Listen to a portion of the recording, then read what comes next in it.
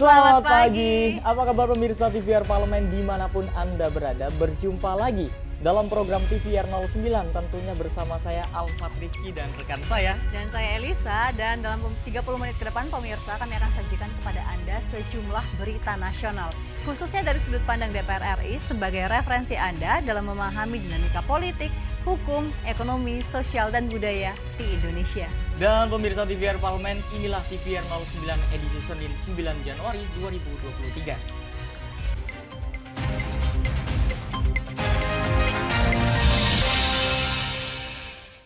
Pemirsa, data stok beras nasional saat ini menjadi sorotan lantaran Kementerian Pertanian menyatakan bahwa masih terdapat pasokan beras yang banyak di lapangan. Namun di sisi lain, Perum Bulog menyatakan sulitnya mendapatkan pasokan beras dalam negeri karena ketertidaksediaannya.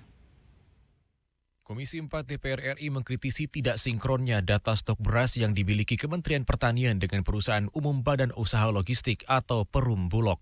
Sebelumnya, Perum Bulog menyatakan bahwa cadangan beras pemerintah yang ada di gudang Bulog hanya 651 ribu ton. Perum Bulog mendorong pemerintah untuk melakukan impor beras sebagai upaya memenuhi stok cadangan beras pemerintah atau CBP. Namun, Kementerian Pertanian mengungkapkan pasokan beras Indonesia mencapai 8,05 juta ton. Jumlah ini mampu mencukupi kebutuhan beras di Indonesia, bahkan surplus. Menanggapi hal tersebut, anggota Komisi 4 DPR RI Dwita Riyagunadi mendesak pemerintah untuk segera menyiapkan satu data terintegrasi. Meminta untuk menyiapkan satu data, jadi one single data, neraca beras nasional terintegrasi. Memuat data produksi, data konsumsi, stok tahunan, perkiraan panen, luas areal tanam untuk 11 komoditi potensial yang ada. Dan kami juga meminta agar menghilangkan kepentingan sektoral yang menjadi penghambat koordinasi lintas kementerian dan fokus membenahi masalah krusial. Anggota Komisi 4 DPR RI Slamet menambahkan, seharusnya Kementerian Pertanian melakukan validasi setiap data yang masuk ke Kementerian Pertanian, terutama data stok beras. Saya melihat setiap mata anggaran ada itu validasi.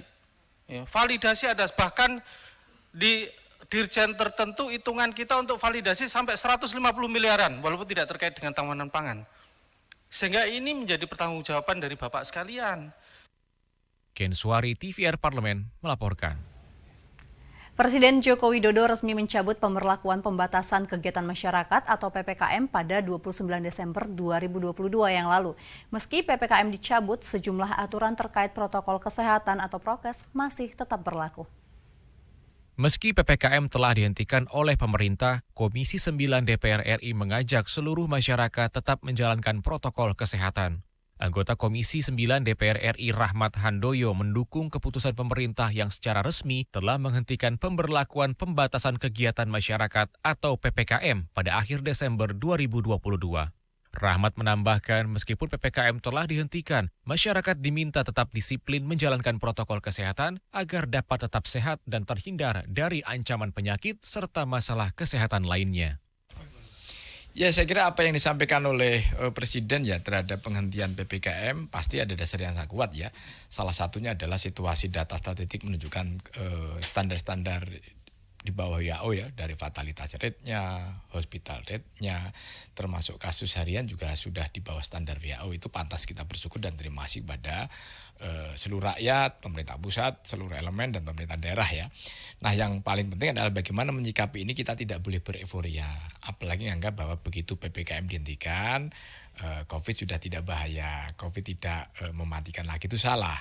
Jadi kita tumbuhkan lagi tetap seperti arahan dari Presiden ya, kesadaran kita tetap menggunakan protokol kesehatan, kemudian tetap kita waspada, meningkatkan kewaspadaan, kesiapsiagaan rumah sakit dan fasilitas kesehatan terhadap potensi kemungkinan akan ada kenaikan. Selain disiplin menjalankan protokol kesehatan untuk dapat hidup berdampingan dengan COVID-19, program vaksinasi bagi masyarakat harus digalakan. Dengan begitu, imunitas masyarakat tetap terjaga.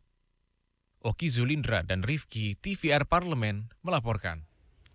Dan pemirsa, informasi berikutnya terkait DPR RI akan kami hadirkan usai jeda berikut ini. Untuk itu jangan kemana-mana, tetaplah di TVR 09.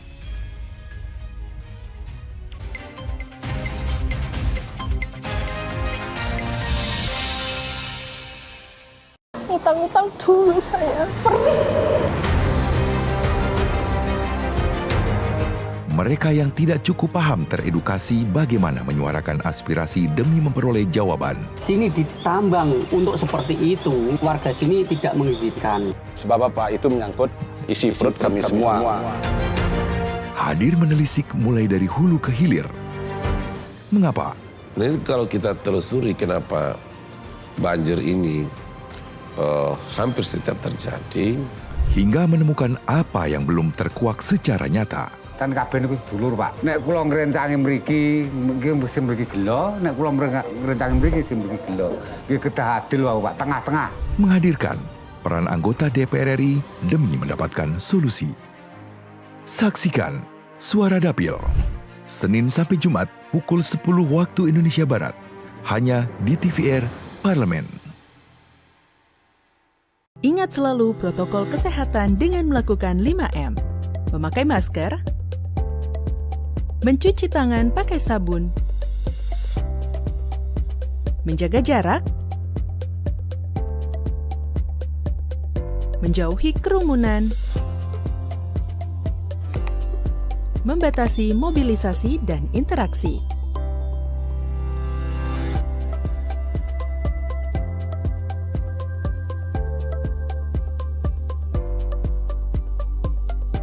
Dipersembahkan oleh Biro Pemberitaan Parlemen, Sekretariat Jenderal DPR RI.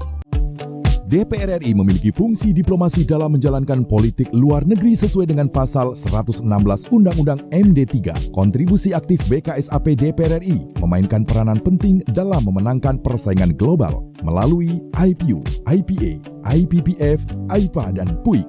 BKSAP memiliki komitmen yang tinggi dalam krisis kemanusiaan dunia. Fungsi diplomasi dijalankan untuk mendukung upaya pemerintah dalam melaksanakan politik luar negeri.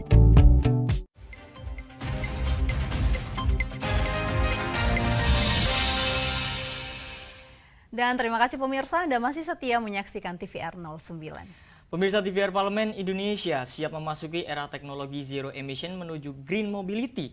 Berbagai upaya percepatan green mobility antara lain ditempuh melalui pengembangan ekosistem manufaktur yang dapat menghasilkan kendaraan ramah lingkungan dengan berbagai kemajuan teknologi.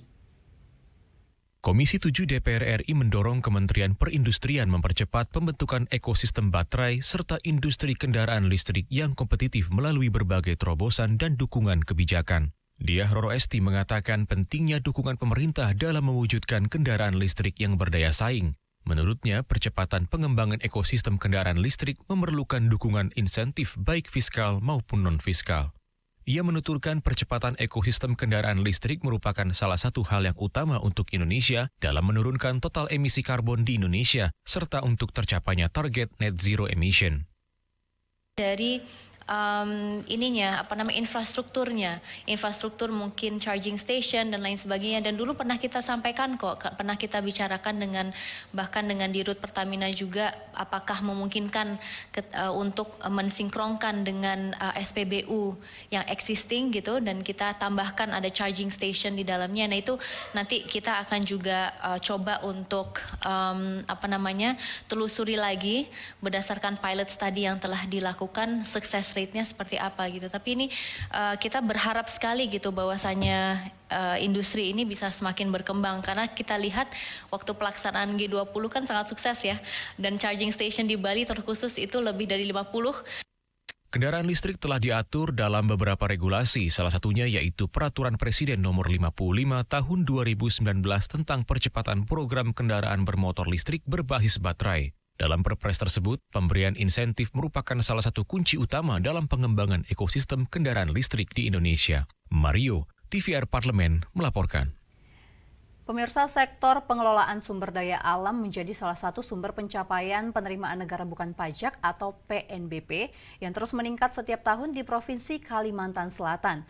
Komisi 3 DPR RI meminta para mitra kerjanya tetap melakukan pengawasan secara intensif dan tegas terhadap setiap potensi permasalahan. Komisi 3 DPR RI mengapresiasi capaian penerimaan negara bukan pajak atau PNBP oleh mitra kerja di Provinsi Kalimantan Selatan yang dinilai cukup tinggi. Meski demikian, perlu adanya pengawasan khusus untuk memastikan penerimaan dan pemanfaatan PNBP dilakukan dengan baik. Dalam kunjungan ke Kalimantan Selatan, anggota Komisi 3 DPR RI Arteria Dahlan menegaskan perlu adanya evaluasi agar masyarakat benar-benar memperoleh manfaat dari PNBP. Selain itu, Komisi 3 DPR RI menilai perlu adanya pemetaan untuk melihat seberapa banyak perizinan, terutama di sektor sumber daya alam yang merupakan pemasukan utama di Kalimantan Selatan. Yang pertama, kami ingin juga memastikan bagaimana pengelolaan sumber daya alam ini bisa inline sesuai dengan perolehan royaltinya. Karena kita bisa melihat sekarang ini eksploitasi begitu besarnya, akan tetapi royalti pada sektor pertambangan di Kalimantan Selatan jumlahnya sebegitu saja. Jangan sampai kenaikan BBM harga batu bara ini tidak dapat dinikmati oleh rakyat dan pengusaha tambang. Sementara itu, anggota Komisi 3 DPR RI Heru Widodo menilai pemasukan PNBP Kalimantan Selatan akan lebih optimal jika pelanggaran-pelanggaran terkait perizinan pertambangan bisa diminimalisir. Hasil PNBP di Kalimantan Selatan khususnya itu adalah di sumber daya alam. Karena kita tahu bahwa Kalimantan Selatan ini kan sumber daya alamnya luar biasa. Nah, saya kira kita dari Komisi 3 juga perlu tahu kira-kira sudah sebesar mana, sejauh apa capaian dari PNBP Polda Kalimantan Selatan dan sekaligus Kejatinya. Dari Kalimantan Selatan, Koko Inugroho, TVR Parlemen, melaporkan. Kita beralih ke informasi selanjutnya. Pemirsa, DPR RI mengapresiasi peran relawan yang selama ini sangat membantu dalam penanggulangan bencana. Namun, saat ini jumlah relawan belum merata di Indonesia. Komisi 8 DPR RI menyoroti jumlah relawan penanggulangan bencana yang belum merata di seluruh daerah. Padahal, keberadaan relawan mutlak dibutuhkan di negara yang rawan bencana seperti Indonesia. Menurut Wakil Ketua Komisi 8 DPR RI Diah Pitaloka, penyebab tidak meratanya jumlah relawan, yaitu ekosistem mitigasi bencana yang belum menjadi prioritas di seluruh daerah. Diah mendorong pemerintah untuk menetapkan standar di setiap daerah terkait penanggulangan bencana. Ada daerah, misalnya yang kepala daerahnya itu ngebangun infrastruktur kebencanaan di daerahnya cukup intens gitu. Misalnya relawannya banyak, lalu kemudian juga ada pelatihan dan lain-lain. Tapi ada daerah yang misalnya yang nggak terlalu mementingkan itu gitu. Jadi saya rasa kapasitas daerah nih termasuk partisipasi masyarakat gitu itu beda-beda gitu, sangat tergantung dengan bagaimana pemerintah daerah melakukan intensifikasi terhadap penanganan bencana. Nah, ini menurut saya harus ada juga perencanaan dalam kerangka standar yang harus dimiliki daerah dalam proses penanganan bencana. Antisipasi, literasi gitu ya, pendidikan dan juga penanganan kebencanaan supaya itu juga tidak menimbulkan banyak korban dan selalu menimbulkan high cost gitu, cost yang tinggi karena penanganan yang kita tidak siapkan gitu. Kesiapsiagaan itu menjadi sangat penting. Lebih lanjut, dia menilai masih banyak pekerjaan rumah yang harus diselesaikan pemerintah dalam hal mitigasi bencana, terutama sistem mitigasi, edukasi, dan penanggulangannya. Ken dan Ferdian, TVR Parlemen, melaporkan. Pemirsa, meski bangsa ini sudah lama hidup dengan bencana, upaya penanggulangan bencana seringkali tertunda. Hal ini menunjukkan bahwa ketahanan bencana di bangsa ini sangatlah rapuh. Dan informasi lengkapnya akan kami hadirkan usai jeda berikut ini. Untuk itu tetaplah di TVR 09.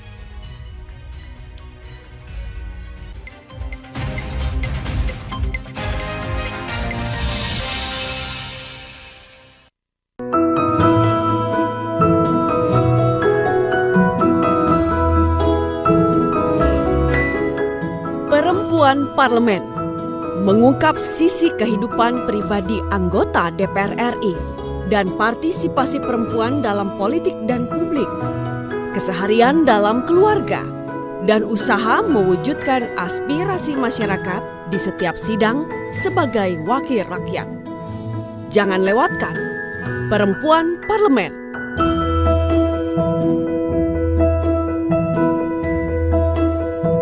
Hanya di TVR Parlemen. Utang-utang dulu saya. Mereka yang tidak cukup paham teredukasi bagaimana menyuarakan aspirasi demi memperoleh jawaban. Sini ditambang untuk seperti itu, warga sini tidak mengizinkan. Sebab apa itu menyangkut isi perut kami semua. hadir menelisik mulai dari hulu ke hilir. Mengapa?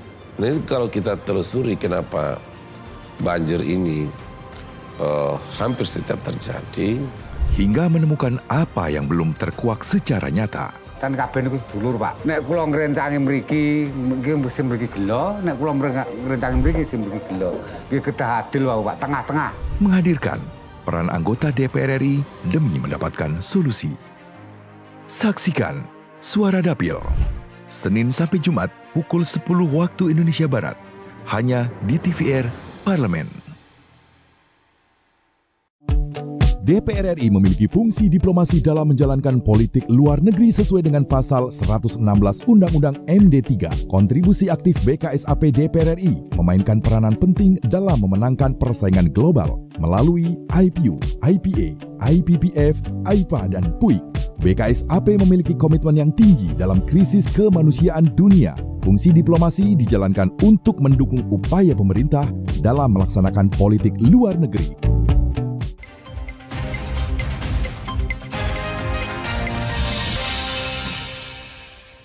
Pemirsa, Anda kembali menyaksikan TVR 09.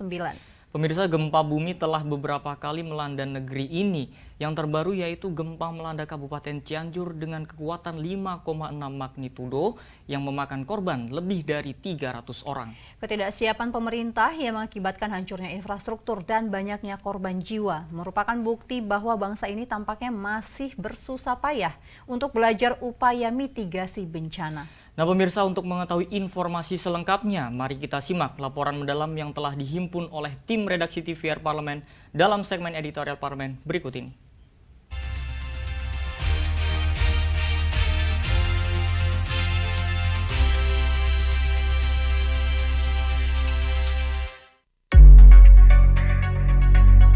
Setiap bencana datang, seketika itu pula korban jiwa berjatuhan. Kondisi yang selalu terjadi di Indonesia seakan tidak pernah menemukan solusi yang paten. Kesiapsiagaan untuk melakukan mitigasi selalu gagal, dan bencana di negeri ini terus menelan korban jiwa.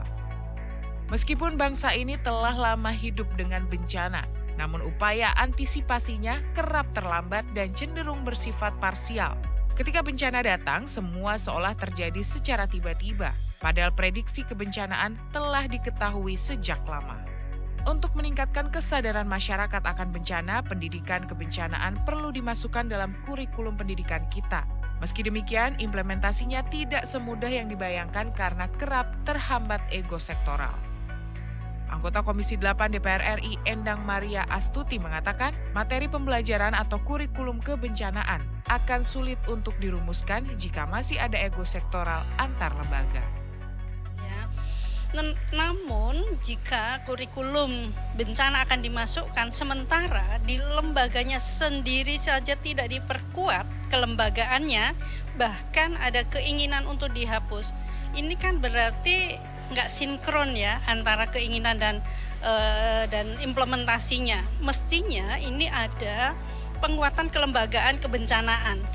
Kita melihat seluruh stakeholder muncul keinginan untuk memberikan bantuan. Namun karena kelembagaannya tidak diperkuat, akhirnya apa? Masing-masing yang ada adalah ego sektoralnya ya. Anggota Komisi 8 DPR RI lainnya, Hasbi Jayabaya, juga mendukung adanya kurikulum kebencanaan. Menurutnya, pendidikan bencana wajib diketahui oleh masyarakat untuk meminimalisir dampak akibat bencana. Maka saya sebetulnya sangat setuju dengan usulan Pak Presiden bahwa mitigasi bencana dimasukkan ke dalam kurikulum sekolah. Kenapa? Supaya anak-anak kita, adik-adik kita, generasi penerus memahami betapa pentingnya kita hidupkan kembali nih kampung siaga bencana, kampung KSB kita optimalkan kembali karena kita melihat yang terakhir di Cianjur itu tentu sangat disayangkan. Anggota Komisi 5 DPR RI, Bakri, mendorong pemerintah menyikapi secara serius masalah cuaca ekstrim melalui program-program yang rasional dan strategis. Di negara yang rawan bencana, kesiapsiagaan menjadi hal yang mutlak dilakukan. Jadi penanganan pemerintah cukup bagus. Kita mendorong kepada pemerintah untuk tetap standby. Ya, standby karena cuaca ekstrim ini sangat tidak bisa diprediksi ya. Kadang-kadang tahunya bencana datang begitu aja. Apalagi kemarin juga kita juga sudah bicara tentang bencana gempa di Cianjur ini. Ini juga menjadi perhatian pemerintah pusat. Alhamdulillah tadi kita senang mendengar dari pemerintah bahwa pemerintah sudah tidak ada lagi daerah yang tidak bisa diakses.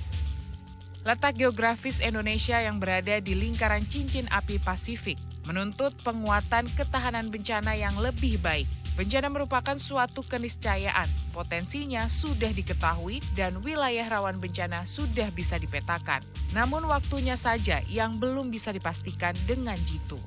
Dengan data pemetaan bencana, semestinya upaya mitigasi bisa maksimal dilakukan. Sebagai contoh, daerah rawan gempa mesti dibangun rumah tahan gempa. Begitu juga wilayah potensial tsunami mesti dilarang untuk pemukiman. Kondisi alam yang berpotensi memicu bencana memang tidak bisa dikontrol oleh siapapun. Namun pemerintah memiliki otoritas penuh untuk membuat serangkaian kebijakan untuk menekan dampak bencana seminimal mungkin. Politik kebencanaan juga harus benar-benar ditegakkan. Dari sisi regulasi, Undang-Undang Nomor 24 Tahun 2007 tentang penanggulangan bencana sejatinya sudah ada. Terapkan semua aspek penanganannya tanpa terkecuali. Siapkan anggaran mitigasi yang memadai di sektor pendidikan. Ajarkan mengenai kesiapan bencana yang tersistem serta peningkatan literasi kebencanaan demi memperkokoh ketahanan bencana bangsa ini. Tim redaksi DPR Parlemen melaporkan.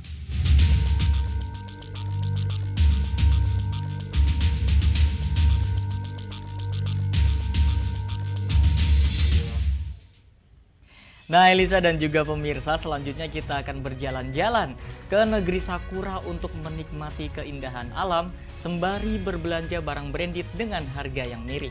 Nah, namun informasinya tentunya akan kami hadirkan usai jeda sesaat lagi. Untuk itu jangan kemana-mana, tetaplah di TVR 09.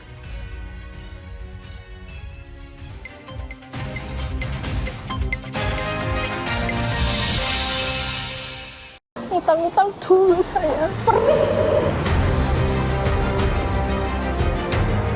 Mereka yang tidak cukup paham teredukasi bagaimana menyuarakan aspirasi demi memperoleh jawaban. Sini ditambang untuk seperti itu, warga sini tidak mengizinkan. Sebab apa? Itu menyangkut isi perut kami semua. Hadir menelisik mulai dari hulu ke hilir. Mengapa? Nah, kalau kita telusuri kenapa banjir ini hampir setiap terjadi, hingga menemukan apa yang belum terkuak secara nyata. Kan kabeh niku sedulur, Pak. Nek kula ngrencangi mriki, nggih mesti mriki gelo, nek kula ngrencangi mriki sing mriki gelo. Nggih kedah adil wae, Pak, tengah-tengah. Menghadirkan peran anggota DPR RI demi mendapatkan solusi. Saksikan Suara Dapil, Senin sampai Jumat pukul 10 waktu Indonesia Barat, hanya di TVR Parlemen. DPR RI memiliki fungsi diplomasi dalam menjalankan politik luar negeri sesuai dengan pasal 116 Undang-Undang MD3. Kontribusi aktif BKSAP DPR RI memainkan peranan penting dalam memenangkan persaingan global melalui IPU, IPA, IPPF, AIPA, dan PUIK. BKSAP memiliki komitmen yang tinggi dalam krisis kemanusiaan dunia. Fungsi diplomasi dijalankan untuk mendukung upaya pemerintah dalam melaksanakan politik luar negeri.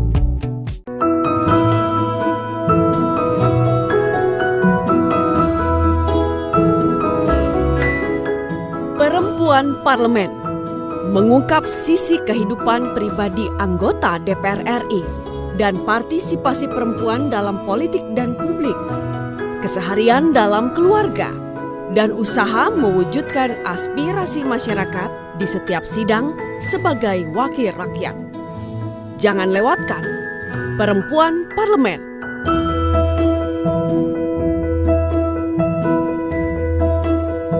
Hanya di TVR Parlemen.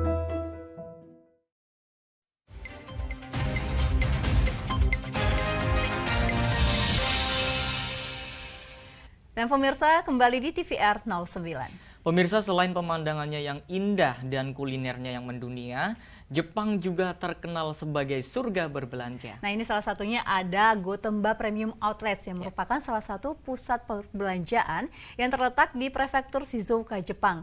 Nah, konsep yang menarik dengan ratusan outlets toko-toko bermerek dengan harga yang miring menjadi magnet bagi wisatawan. Nah, pemirsa penasaran kan? Berikut liputan selengkapnya tentang Gotemba Premium Outlets dalam segmen Intips, informasi dan tips berikut ini.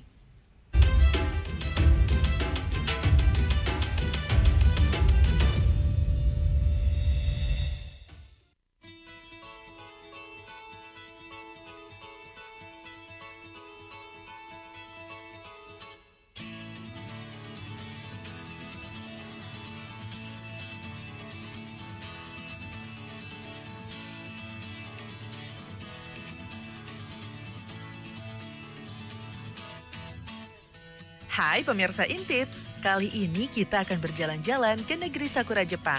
Selain pemandangannya yang indah dan kuliner yang mendunia, Jepang juga terkenal sebagai surga belanja. Salah satu pusat perbelanjaan di Jepang yang wajib dikunjungi wisatawan adalah Gotemba Premium Outlets yang terletak di kaki Gunung Fuji, tepatnya di kota Gotemba, prefektur Shizuoka. Didesain dengan konsep Town in Forest, pengunjung dapat menikmati suasana berbelanja yang sangat berbeda dengan kebanyakan mall di Indonesia. Berada di atas lahan seluas 44.600 meter persegi, area Gotemba Premium Outlets terbagi dua dan dihubungkan oleh jembatan panjang yang di bawahnya mengalir sungai. Jembatan yang bernama Great Dream Bridge ini juga menjadi salah satu spot foto bagi wisatawan. Jika cuaca cerah, pengunjung bisa melihat dan berpose dengan pemandangan Gunung Fuji sebagai latar belakangnya. Di Gotemba Premium Outlets, ada sekitar 290 outlet yang terdiri dari berbagai toko pakaian bermerek, mulai dari sepatu, tas, dan pakaian.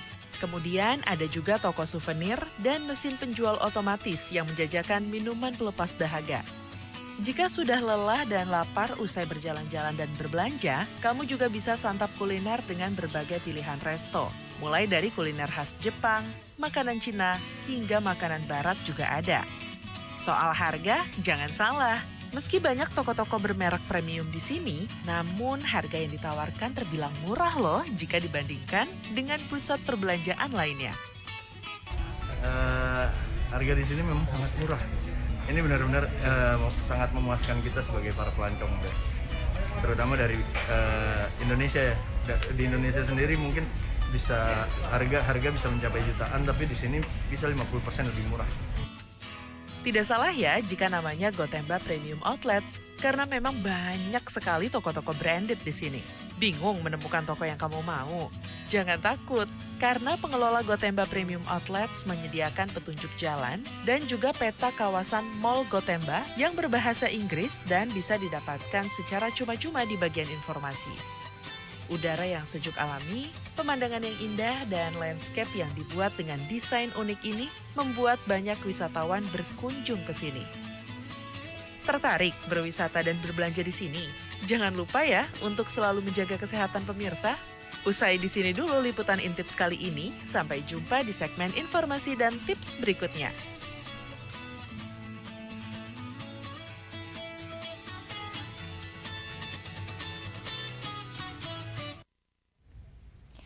Baik pemirsa, di ujung acara kami informasikan kepada Anda bahwa saat ini DPR RI sedang memasuki masa reses, di mana seluruh anggota Dewan kembali ke daerah pemilihannya masing-masing untuk melaksanakan fungsi representasi DPR, menyerap dan menghimpun aspirasi masyarakat, serta menindaklanjuti dan memberikan pertanggungjawaban kepada konstituen di daerah pemilihannya. Namun pemirsa, sejumlah agenda serta program DPR RI lainnya tentunya masih dapat Anda saksikan secara langsung di TVR Parlemen, melalui kanal utama, kanal komisi, dan juga kanal alat kelengkapan Dewan lainnya yang tentunya dapat Anda akses di tvr.dpr.go.id.